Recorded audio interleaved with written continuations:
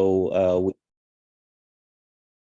let's get started. Welcome to our panelists today. We're really thrilled to have a great team, many of whom you've seen before.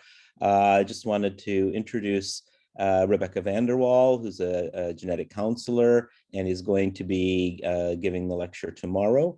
Dayo Fadelu, who is a medical oncologist at Dana-Farber. Farid Barkade Ramos, who is at Dana-Farber, also a genetic counselor. Aneta Uwaneza, who is in Kigali, who is an oncologist as well, and Achille Manarakiza, also an oncologist in Kigali in Rwanda. And so our panel is going to talk today about some of the questions that came up during the cancer genetics lecture. And I'm hoping that we can also have some discussion about some of the questions that came up the other day that we were not able to really get to. So please type your questions in the Q&A chat that'll allow us to then address them.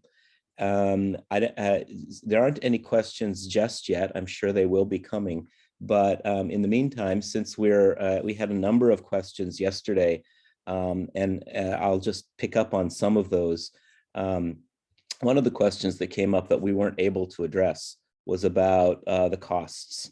And the costs of genetic testing. And I know that a lot of that is outside the scope of what any of us have power to control. But I think it is an issue.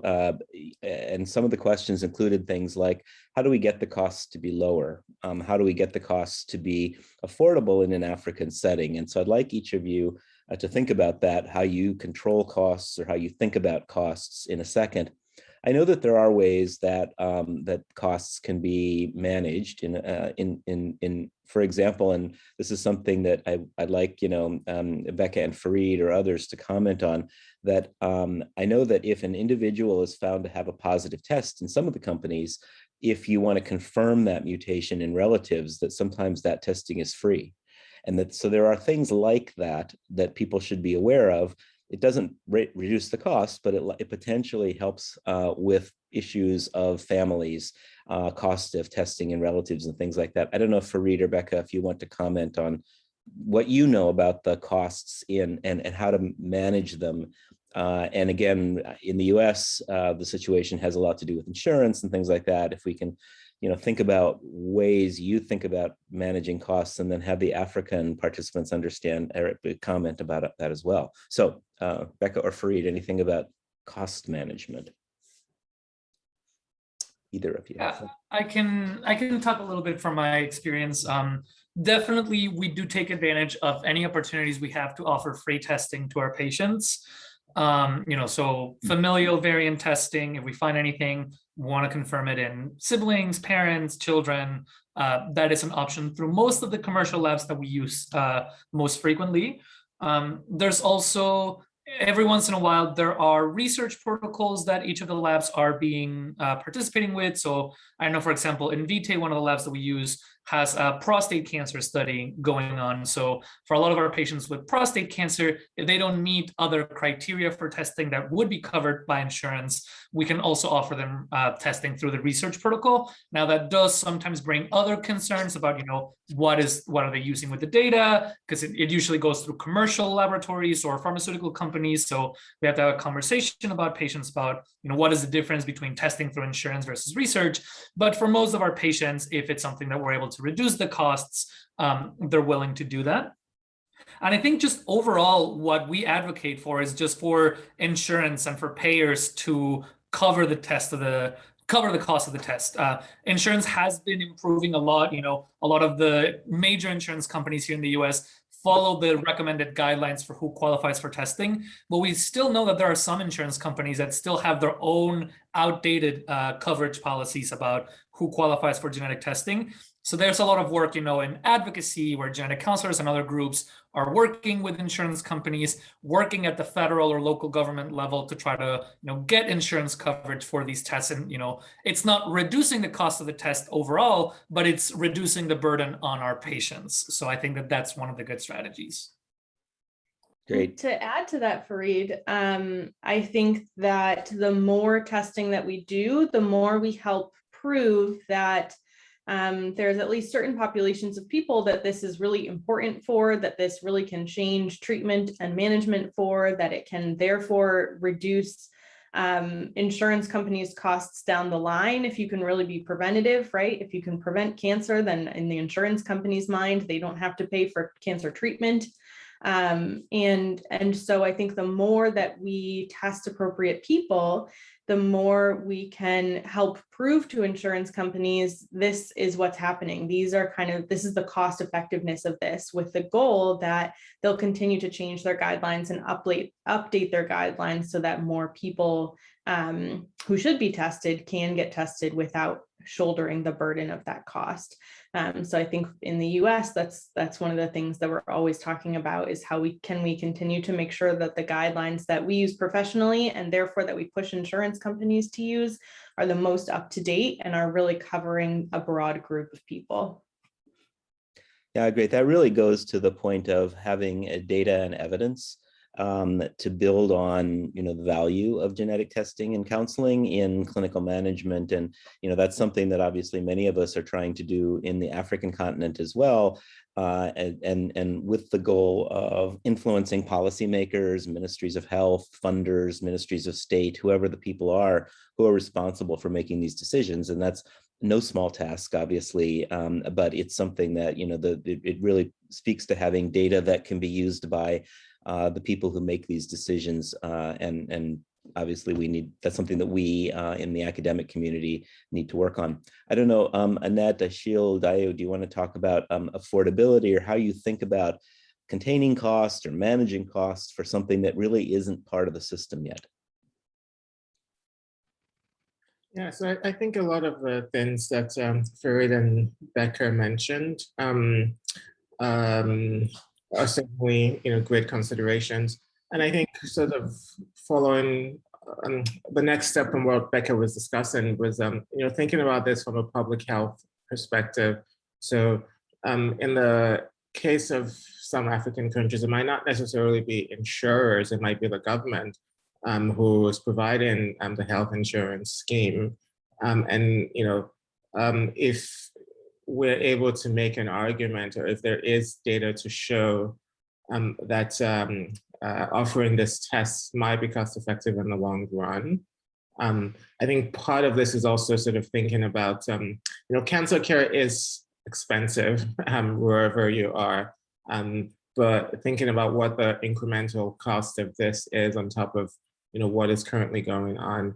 To Tim, your point, I think there's really no substitute for generating data, not just data on the efficacy, but also data on, cost effectiveness, and showing, being able to show policymakers that data, I think, can potentially help.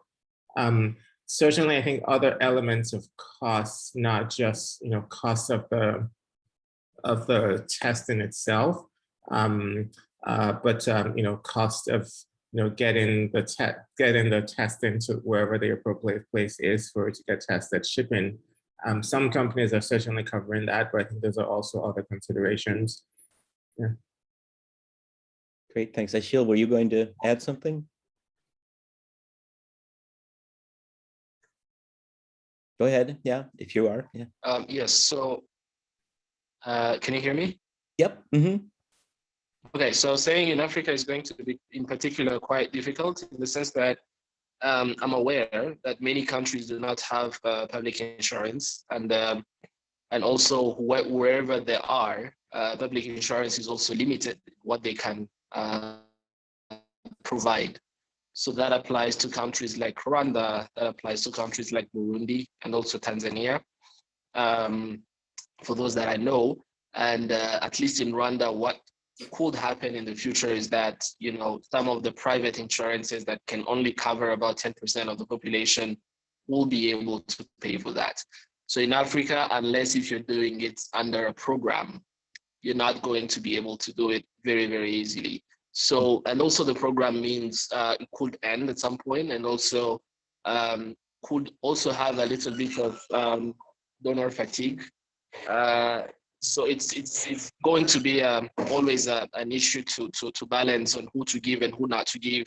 whoever needs it and whoever might not be needing it, even if they have the funds. So, you know, unless if you're be under a program in Africa, is going to be quite very, very difficult. But in many countries, as Dai was saying, if we show the numbers, many.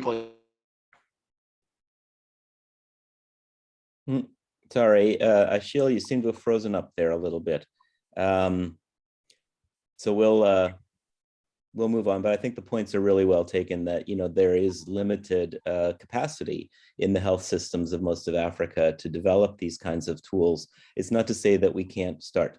And I think one of the great examples we had in with Rwanda is policymakers will follow suit. Oh, sorry. There you were. So I'm sure he'll be back.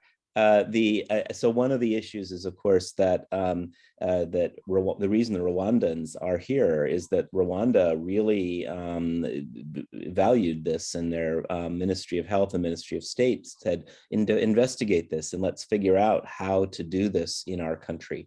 And that's something that was very forward thinking of the Rwandan government, and that we need to have other governments make the same kinds of statements and initiatives.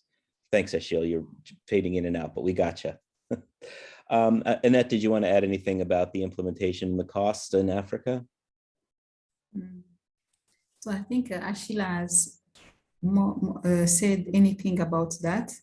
And what I have to do is to involve the main stakeholders, the government, and maybe even the insurance, because most of our population will not be able to afford to do the test on their own. So we need to engage the insurance company. Yeah, that's great. And I think it's the people who are on this call, the people who have an interest and expertise in this area in Africa, to be the advocates for the moment about this. So just a reminder, type your questions into the chat if you have anything from today's lecture or from prior lectures on this topic. But there's one question now about essentially management protocols, screening. And so, we'll use this question to sort of guide the discussion about management of high-risk people with genetic conditions found to be positive, or those who are out in the population. So this question says that in the presentation, we saw that people found at high risk for colon cancer should start surveillance with colonoscopy earlier.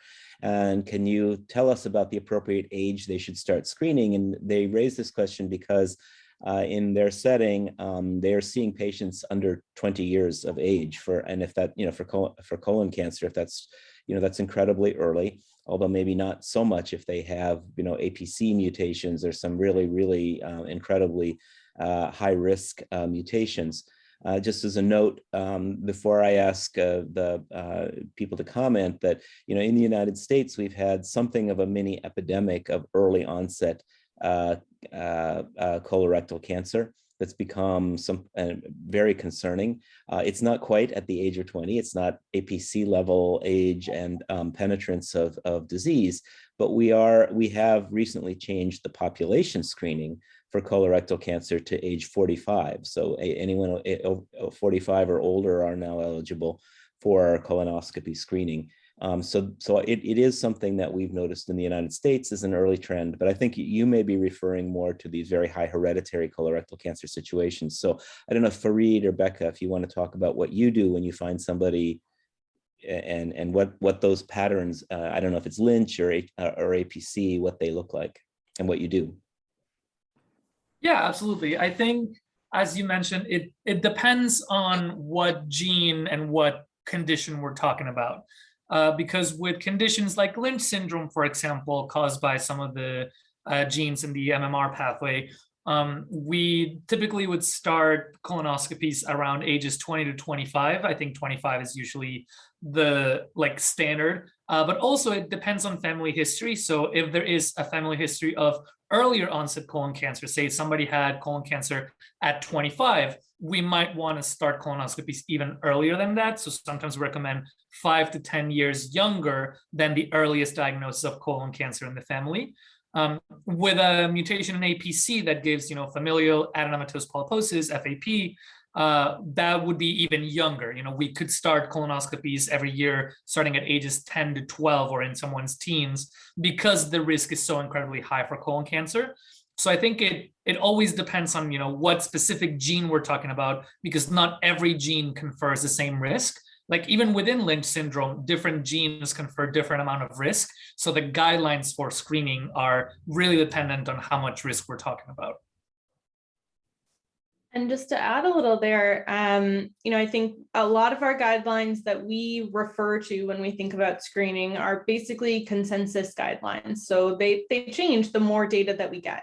It's really groups of professionals who come together who, you know, take all the case reports and information that they can, knowing that these hereditary syndromes are relatively rare. So there's still information out there or data out there that we probably haven't gathered that can make this evolve and change. But it's used based on each syndrome to consider, okay, this is the, you know, the youngest colon cancer that we've seen within this syndrome. We've seen it in however many people at this young age. That means that now our screening guidelines are going to say that you should start before then your screening, right, with the goal of prevention or early detection. So the more kind of data gets out there, the more literature we have, which I know is the same thing that I basically said for the last answer, but it's true again. You know, the more that this can evolve and become really evidence-based in terms of what the screening guidelines look like. Even if there's not a hereditary syndrome found, and there's a really young colon cancer in the family, there's still the idea of screening based on family history alone, knowing that there could be hereditary risk that we haven't learned about yet, right? There could be genes or syndromes that we haven't figured out yet. So if there is a really young colon cancer, like younger than their 20s or even in their 20s, 30s, or 40s, there is often suggestions in the at least close family to do colonoscopy screening 5 to 10 years before the earliest diagnosis in the family for the unaffected people, with that same goal of early detection and prevention if possible. Some of the guidelines that we use, just to throw them out there, are the NCCN guidelines, National Comprehensive Cancer Network.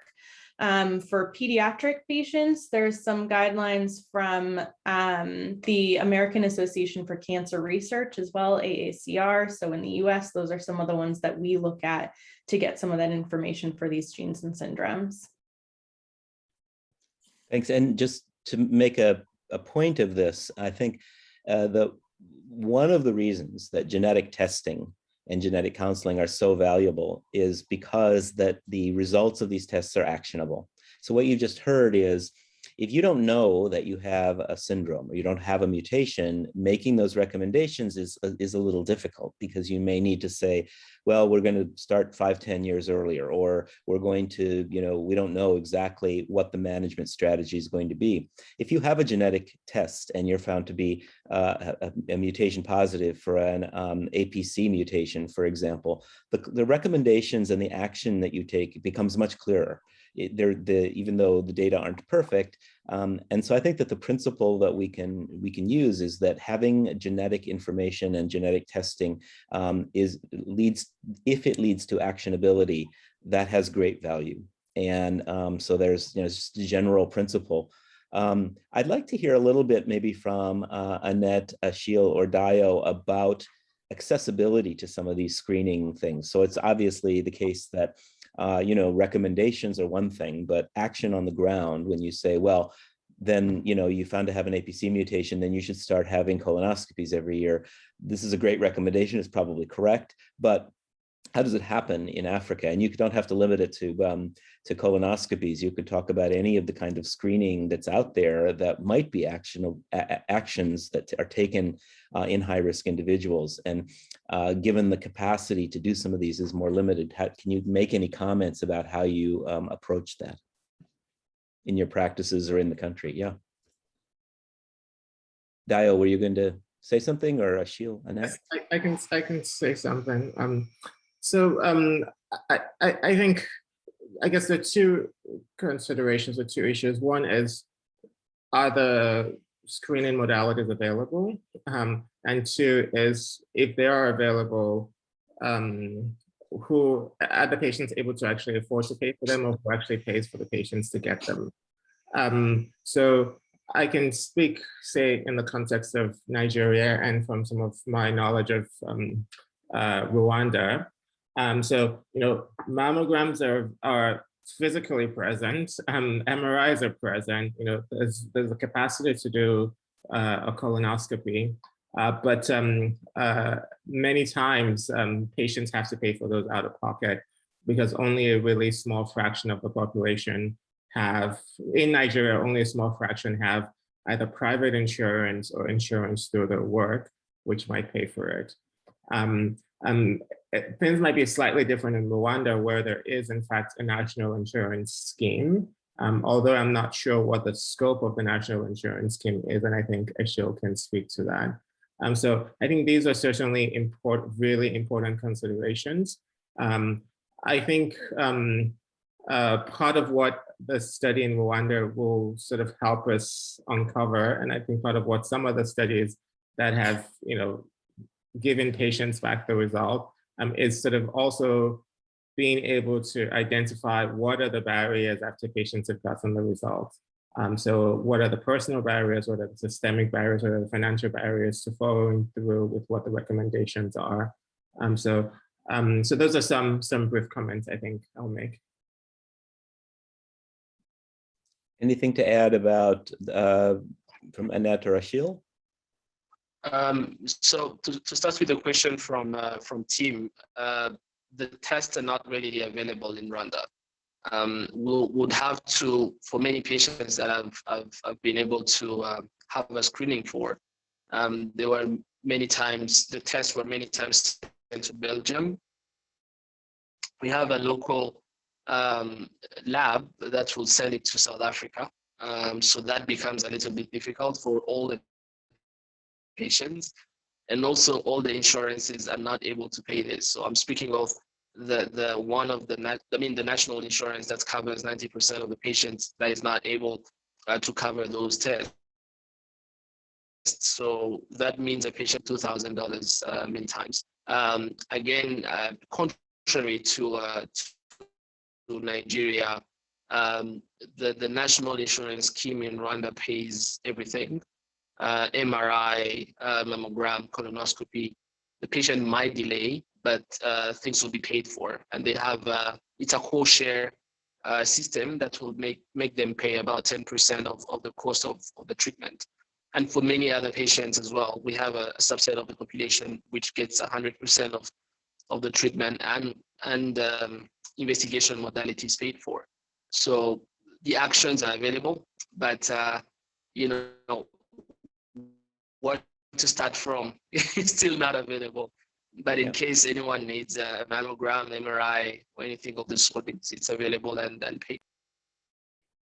Great. Annette, anything to add about accessibility or how to think about that in your setting?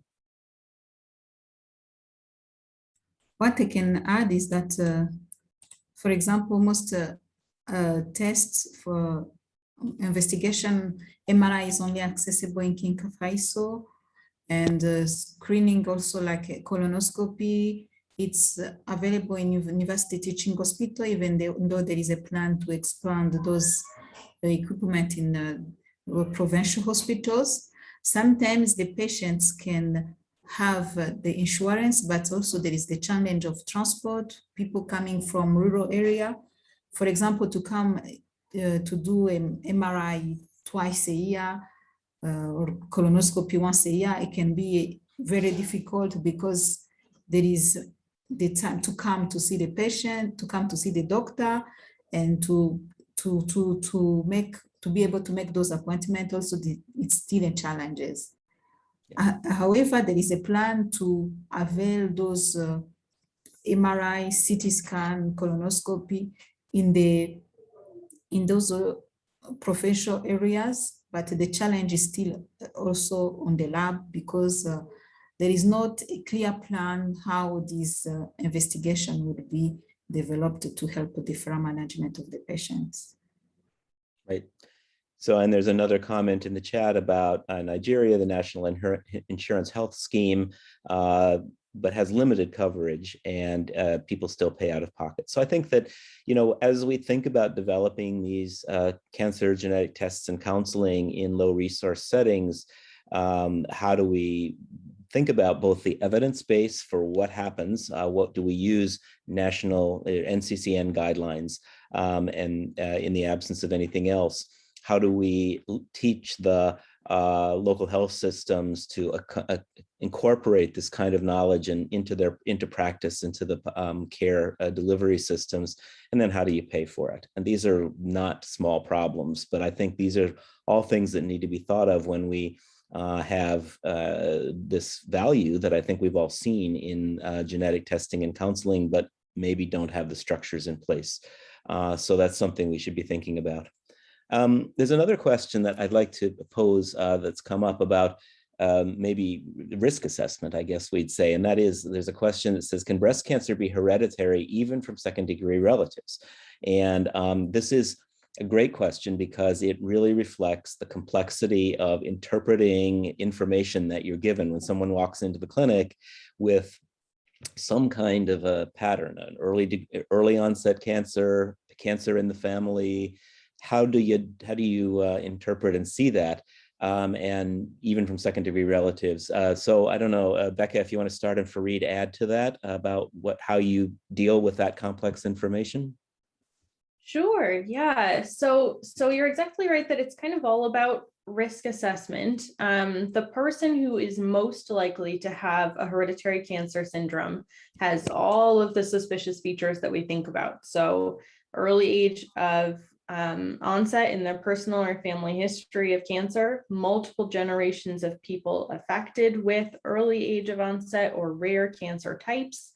And really looking like within those generations that those features are being passed down. So the kind of most likely or most suspicious is having first-degree relatives and or being affected yourself with those, you know, young diagnoses or rare diagnoses of cancer. But what we know about these gene mutations and this hereditary risk is that for the most part, they're not causing 100% risk. Having a predisposition to cancer doesn't mean that you're definitely going to be diagnosed with that type of cancer in your lifetime.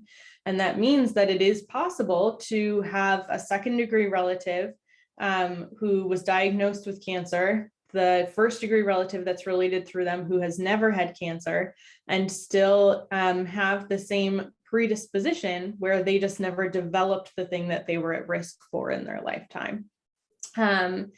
Risk assessment changes in terms of those types of relatives depending on the age of your relatives and who they are or how they're related through you. So as an example, let's say that a patient comes in and their maternal aunt was diagnosed with a very young breast cancer, and their mom is 70 years old. Now we see, and has never had cancer. Now this 70-year-old mother is the person in between the person with the really young cancer. It's a little less suspicious that your patient is going to have inherited the hereditary risk from her aunt because her mother lived to age 70 without ever being diagnosed with breast cancer. But remember that it's not a 0% chance, because it's possible her mother had the risk but just never developed cancer. On the other hand, if it's the paternal aunt, if they're related through dad, then you're still a little more suspicious because male breast cancer is much less common. And even in hereditary risk, their risk is not as high as female breast cancer. And so even if it's a second-degree relative, that aunt is treated a little bit more of like a closer relative because it's related through a male who has or would have with hereditary risk not as high of risks to develop cancer. So there's a lot of different factors to think about, but it is true that second-degree relatives are still really important for that risk assessment. With one more caveat that I want to add, which is that once we find a gene mutation, it cannot skip generations. So if the aunt has a gene mutation and she was found to have hereditary risk, but the parent has genetic testing and they test negative, they do not have the same hereditary risk, they cannot pass on the gene mutation to their children. So you can't skip generations with gene mutations, but you can carry a gene mutation without ever developing cancer. Fareed, anything to add? Yeah, I think the only other thing that I would add is that I think this question really highlights, what are some of the challenges of doing genetic testing in someone who themselves has not had cancer, in an unaffected person, because we are limited in our ability to interpret that test.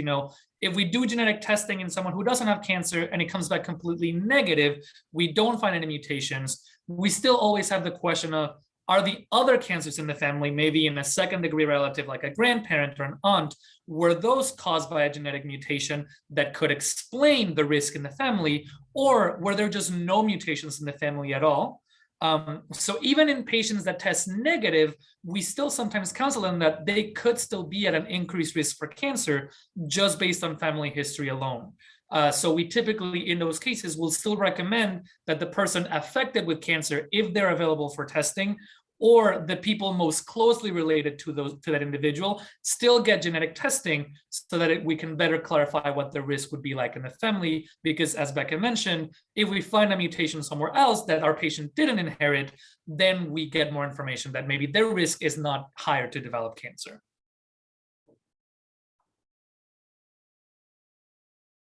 Sorry, and I think it would be helpful to hear a little bit about the questions that have come up earlier in this vein from the African participants about, really getting good family histories and being able to know, because I think implicit in what Fareed and Becca were just saying is that you actually know what happened to your relatives, that you have a cancer diagnosis that was confirmed by pathology or whatever, and that you get that through medical records and not just hearsay as much as possible, that you really need to have good information in order to make the decisions and use that information in the way that was just described.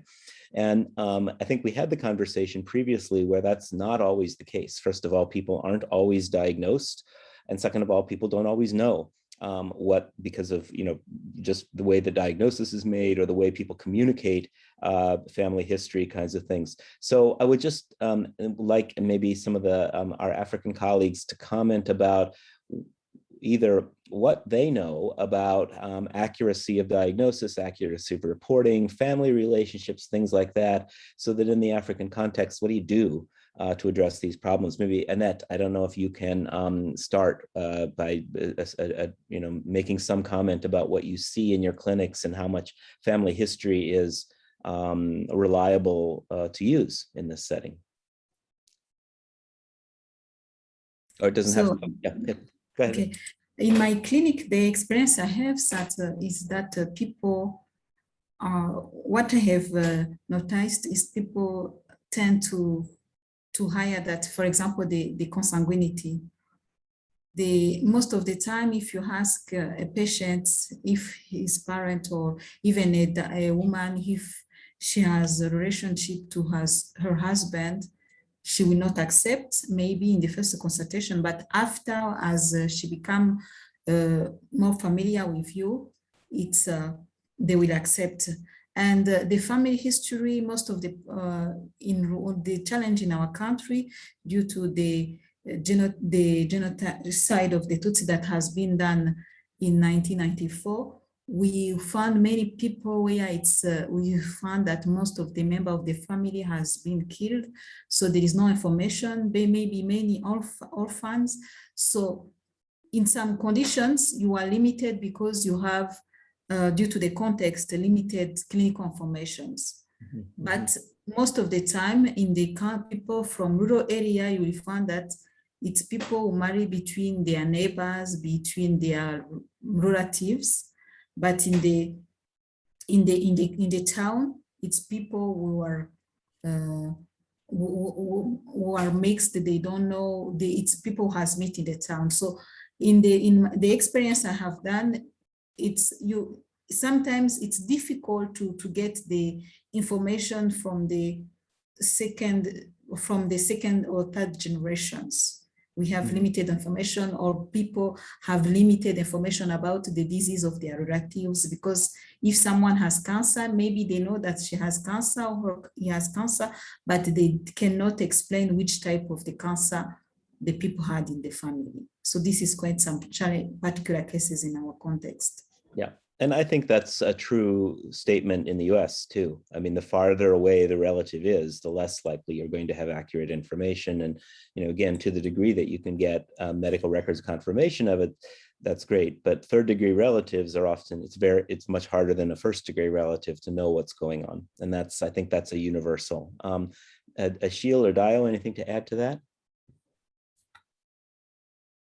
No, that's fine. No need.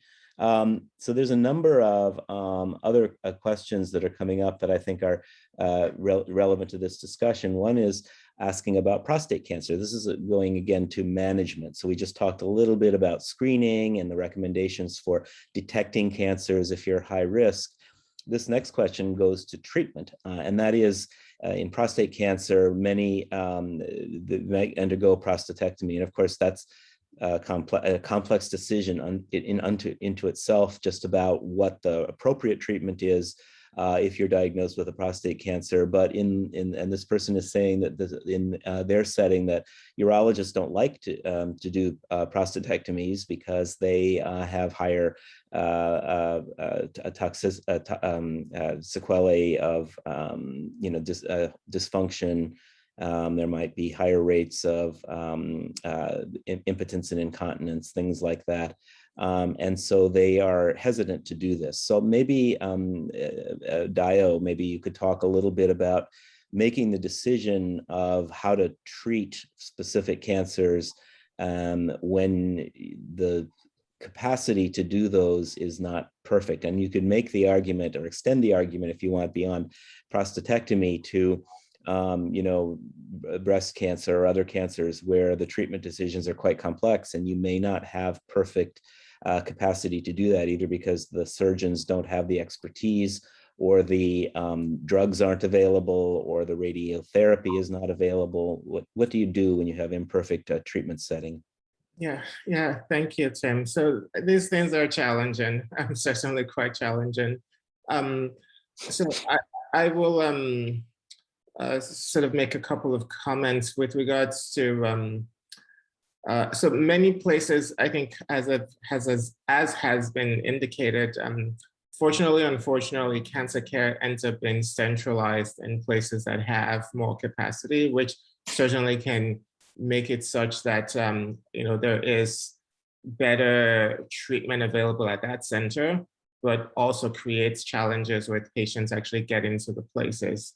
So if it's centralized, say, in the urban areas or in certain centers, then patients coming from far away might have challenges. And I think part of this question as well is, not just, the challenge from the clinician's perspective, who might not be able to adequately perform the right procedure, but also some elements of stigma that can be associated with different procedures. So, there are going to be complications. There's a certain rate of complications, irrespective of what the procedure is. So, there are side effects from prostatectomies. There are things that can happen with mastectomies. So the procedure itself and the complications, I think, can contribute to hesitancy from the patient's standpoint in undergoing the procedures. I think this is quite relevant because there are patients who certainly have curable disease who hesitate and don't end up getting curative interventions. But then in what we're also discussing here are some patients who might be candidates for prophylactic interventions who actually don't have any disease yet. So you can sort of imagine that there are additional layers of stigma that can be associated with that. Particularly, say, with prophylactic mastectomies or prophylactic oophorectomies. I'm considering the importance of those elements in how, say, women might view themselves, and what the age is, whether or not they already have children, and what relationships might be with spouses. So I think there's certainly lots of layers here. I don't think there are any easy answers, but certainly lots of considerations. Yeah, Achille, it would be great to hear from your perspective as a treating oncologist that in Africa, some of this issue when you have genetic testing and counseling, now you have to act on it, as we were talking about, but you can't always act on it necessarily in an optimal way. How do you approach that, and what do you think needs to be done in order to make the situation better? Yeah. So as just Dayo said, most of the cancer care is centralized. You only can have a few surgeons who can perform mastectomies. Most of the gynecologists here and there in the country can perform oophorectomies when necessary. But at the end of the day, you know, prophylactic surgeries are still very, very limited in terms of numbers and also in terms of the expertise as well. So they limit people who would have mastectomies to only therapeutic matters, not prophylactic.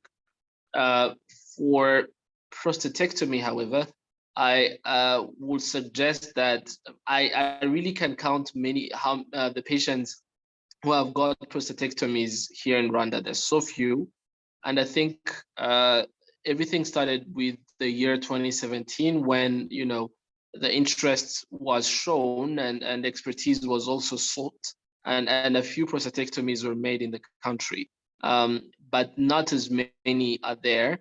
And many patients that I have at the moment have had biochemical failures. So at the end of the day, many of them, as long as they have an intermediate risk, unfavorable, or also high risk and very high risk, and those are the many patients we receive here, I always advocate for radiation therapy. There is a trial, in particular, PROTECT trial, that has shown really that there is really nothing in terms of overall survival benefits, you know, that is gained between either radiation or surgery. So if radiation is available, it really has a few, I wouldn't say fewer, but than surgery. And also the fact that you can apply it on a larger scope of prostate cancers more than what you would do with prostatectomies is absolutely the options to go for. But as you know, at the end of the day, radiation therapy is available, but you know, and it's also accessible to many patients. But you wouldn't want to wait. So part of the things that Diane spoke about earlier was to essentially, when you have the risk of prostate cancer in the family, screen as much as you can, do PSA on a regular.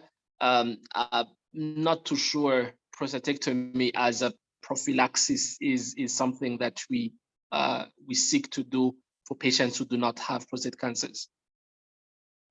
Yeah, thank you. I think, you know, it's very interesting because having worked in prostate cancer around the African continent, there's a very large amount of variability in terms of treatment options. In Dakar, for example, there's a very large surgical urological surgeons group that does a lot of prostatectomies, and other places it's really unheard of. And I think a lot of that has to do with, you know, individual training, individuals who have an interest in developing these kinds of things. And so there's a huge amount of variability. But that really is quite relevant when you're talking about high risk men or women and trying to figure out the right treatment and the right actionability, both for prevention and for treatment in these settings. And I don't even need to go into, although I'll mention the fact that when you have mutations in some of these genes, that at least in the US and Europe and other places dictates certain kinds of chemotherapy, targeted therapies that are available. So if you have a BRCA1 mutation, you might be a candidate for PARP inhibitors, for example, and there are many others. I know that that's a whole nother level of accessibility, cost and accessibility of the drugs. It's not to say that they don't exist in Africa, but they certainly are less accessible due to the cost and the supply chains and things like that. So there's a lot of levels at which we're talking about having this genetic information and then being able to use it in a way that it should be used in order to prevent and treat cancers. Anybody else want to comment on that one before I move on? So there's a couple of other questions here that I think that Becca and Fareed can take a shot at. There's a couple questions about panel testing, and Kim says that panel testing is unknown by most doctors.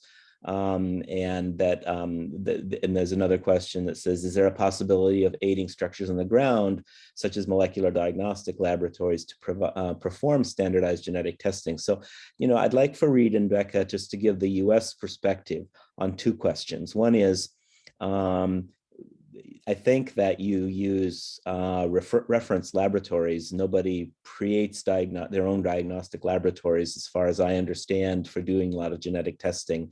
But then the second question is, you probably deal with or see the effects of a lot of doctors in the US who don't necessarily understand panel testing. They don't understand genetic testing or how to interpret the results or whatever. And do you see people doctors using these tests perhaps in a way you wouldn't, or whatever? And how do you see in your experience how people have been educated, doctors in general have been educated to use genetic testing appropriately? And I'm not talking about the specialists who know this and do it every day, but the people who are out there who may have the ability to order a test or whatever. What are the issues you encounter? So Fareed, if you want to start. Yeah, I still think that, it's gotten better certainly in the last few years, but we still encounter many problems with, inappropriate testing, where the standard of care nowadays is to go broader rather than smaller panels.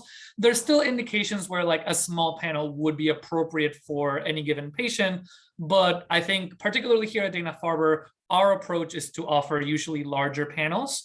But we see actually a lot of patients that come in that have negative BRCA1 or 2 results. And then they believe that they're not at risk for hereditary breast or ovarian cancer. But, at least nowadays for breast cancer patients, we like to test for at least 9 genes. So there has to be a lot of, discussion about, yes, we've ruled out 2 of the most common hereditary components of cancer, but nowadays we know that there are additional genes. So we would like to do some updated testing. That sometimes presents issues with insurance coverage. Because if a patient has already had a genetic testing and the insurance company does not have like the most up-to-date coverage policies, it can sometimes be difficult to get coverage for the second, more comprehensive test. So I do think that we try to, provide some education to other providers. Some of our genetic counselors go on, do presentations to other doctors, other facilities that refer patients to us. Just to talk about, what are the appropriate tests that we typically offer, or if the doctor is not sure what they're supposed to offer, they can always give us a call or refer the patient to us, and we'll have that conversation. I also think that the genetic testing laboratories themselves can be a great resource, as many of the laboratories employ genetic counselors whose job is to do, to answer calls about physicians, providers, about what test is the most appropriate to offer. So whenever, if I'm ordering through Invitae or Myriad or Ambry or any of the labs, and I'm not sure which lab I should be ordering, I could give a call to those, to their genetic counselors, and they can help a provider choose what testing is more appropriate.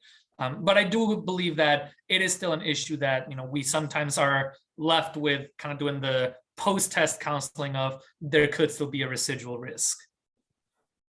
Becca, anything to add? It's a very complex area, obviously, and a lot to think about. Anything that the people on this call might want to think about as they're considering ordering tests, or the complexities that Fareed just raised?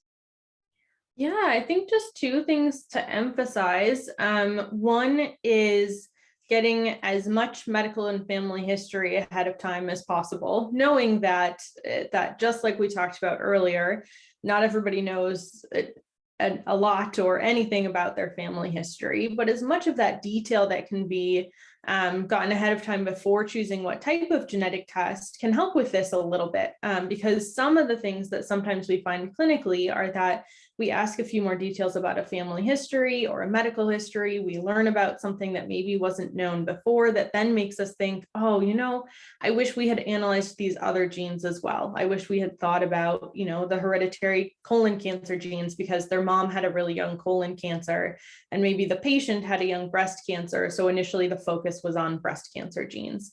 So that's one thing that I want to emphasize, is just thinking about before ordering a test, really going through all the medical and family history ahead of time to know, hopefully what's most appropriate for that patient.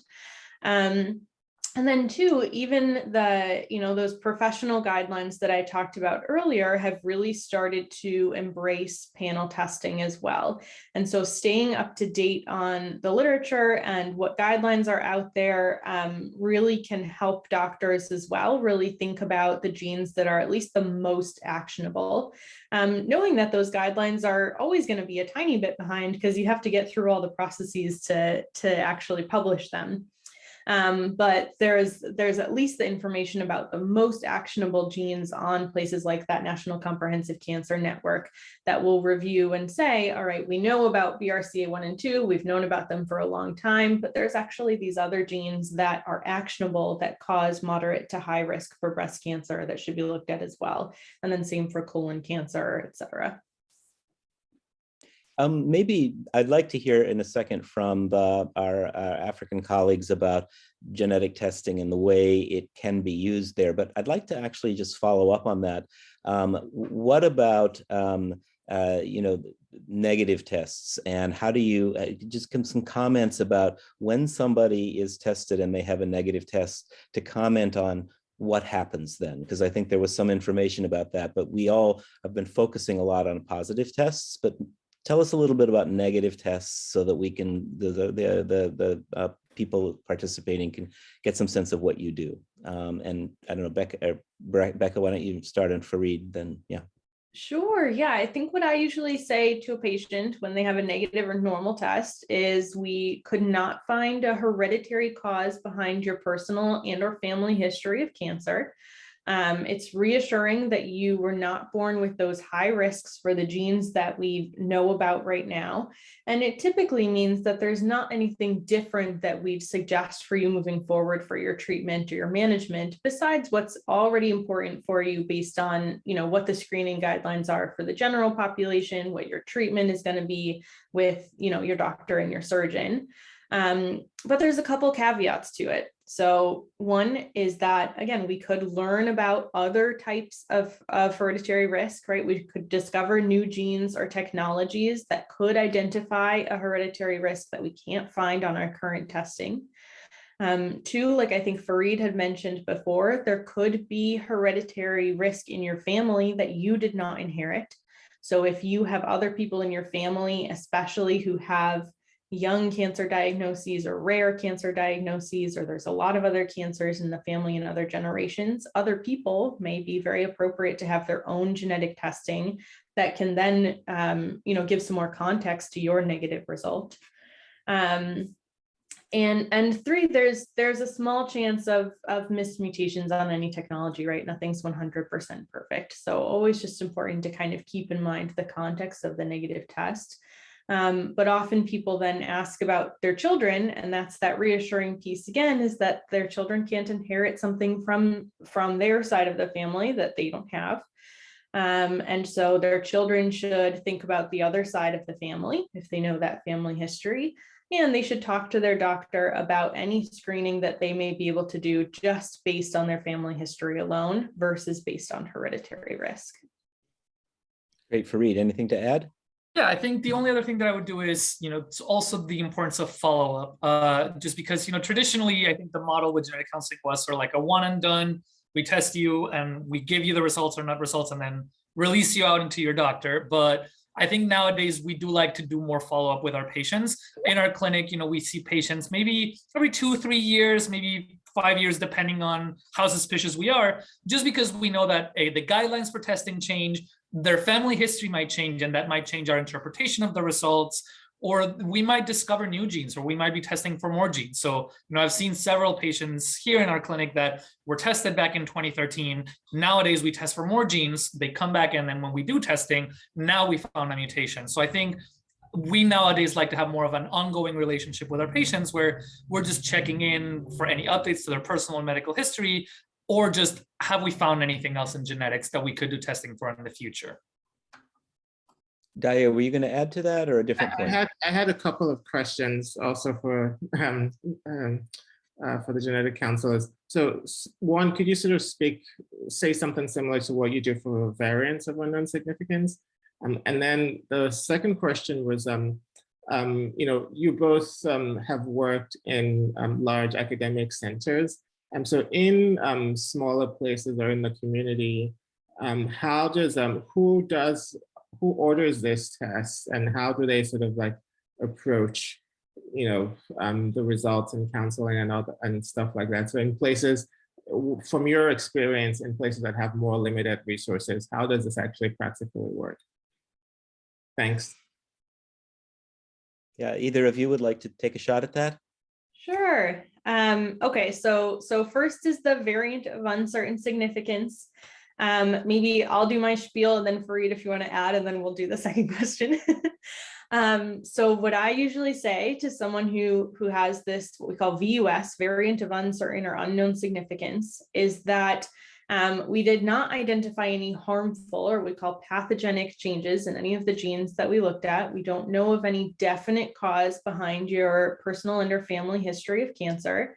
We did find that one or more of your genes has a misspelling, a change, or a difference, but we don't have enough evidence or data to know for sure whether that change is harmful to the gene's function and causing risk, or if it's just benign and making the code of that gene look a little different or unique. Everybody has these benign differences in their genetic codes. If you tested all of our genes, they'd all look different. And some might be those harmful mutations, but most of them are just making us all look unique. And so when the lab reads through these genes, they'll always find benign misspellings. They'll always find differences in your genetic code that do not typically get reported by most labs, because if there's lots of data to prove that they're benign, then they get stuck in that benign category and they're not important for you to ever know about. But because of that, the labs are really careful not to sift something into the benign category until they have lots of data or evidence to prove that it belongs there. And what that means is they end up with this gray area category, this variant of uncertain significance, where they'll say, this is a finding that we don't have enough evidence about. We don't know for sure what it does, and we don't want to stick it in one of the categories that we know a lot about, because we don't want you to not know that it's there, but we don't want you to get all of the extra screening and treatment and management if it doesn't belong in the pathogenic or harmful category. Most of these uncertain results we are typically finding end up in the benign category eventually. So later down the line, when more evidence is found, they mostly can be reclassified as benign, which is why we really don't want to do that extra screening or management before we have enough data to prove that it should be done. We don't want to put someone through something because of a variant that's not actually causing risk. So we typically treat them as kind of innocent until proven guilty. We wait for more information before we suggest any kind of management, but we do suggest doing some really good look into that variant to make sure that that's the case and that it really doesn't look like it's the thing that's causing the personal or family history of cancer. Fareed, anything you can add there? The only other thing that we would add there, I think also on the follow-up perspective, what do we do going forward with those?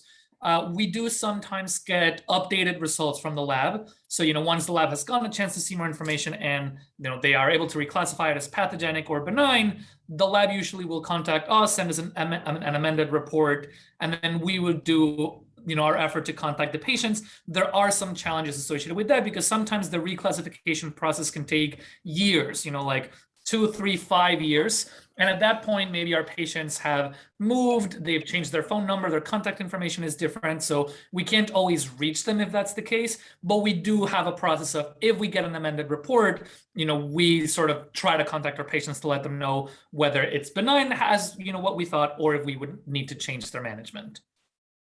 Thank you very much. It's really great information today. And unfortunately, we're out of time. A lot more to talk about. In the next session, Becca will lead some role playing and some examples that will be of great use to, I think, most of you. So please watch that lecture. And then after that, we'll have a final discussion session at which all of the questions certainly for Becca and other people who are involved in tomorrow's lecture, but also anything that's come up in the course that you're interested in learning more about. So thank you all. Thank you so much to the panel for participating, and we look forward to seeing you in the next session.